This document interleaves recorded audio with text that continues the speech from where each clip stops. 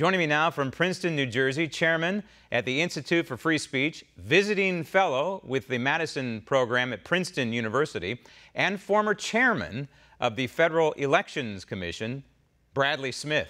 Bradley, when you hear the mainstream media or Michael Cohen come out and say, hey, this is part of a conspiracy, what Donald Trump did to pay Stormy Daniels was part of a conspiracy to commit a crime. That would be the NDA and the payment for Stormy Daniels to essentially keep quiet. When you hear all that, people connecting the dots saying that this is some sort of crime, what goes through your mind as the former chief of the FEC?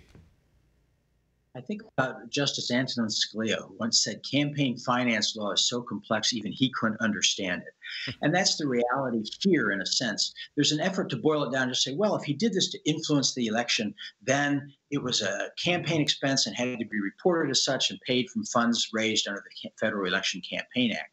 But the problem is, we do all kinds of things candidates do that might influence an election that are not campaign expenses. So, for example, go ahead. Well, if a candidate want to buy a nice new suit to look good in a debate, it's not a campaign expense, even though he might have bought it simply because he was running for office. Or to use a more realistic example, let's suppose you had a businessman. There are several, not just the president, but many successful business people in Congress. If he said to his company lawyer, look, I've got these lawsuits against me. I think they're bogus, but I don't want them out there during the campaign. Let's settle those. Doesn't convert those to campaign expenses you can pay with your campaign funds. And it's the same thing with paying these alleged payments of hush money to this woman, Stormy Daniels. It's not a campaign expense. That's a private expense that's being done for something other than the campaign. And you helped write the law when you were on the commission there. And this is very important. I've pulled just a small section of it, but I want to read it. If the expense would exist even in the absence of the candidacy, or even if the office holder were not in office, then the personal use ban applies. There's more to it to explain the personal use ban.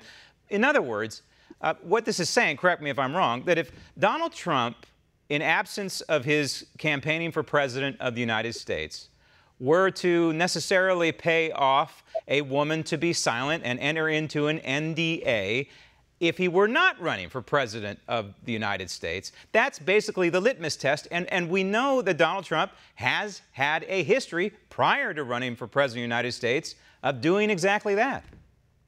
Well, that's right. First, Graham, I congratulate you for actually reading the regulations, something almost none of these other pontificators has done. But it's even a stronger case than you suggest there, because the FEC has held, when it adopted these regulations, that even if you were motivated by the campaign, that didn't make it a campaign expense. It has to be something that exists only because you're running for office, like buying ads that say, vote for me, bumper stickers, hiring a campaign manager.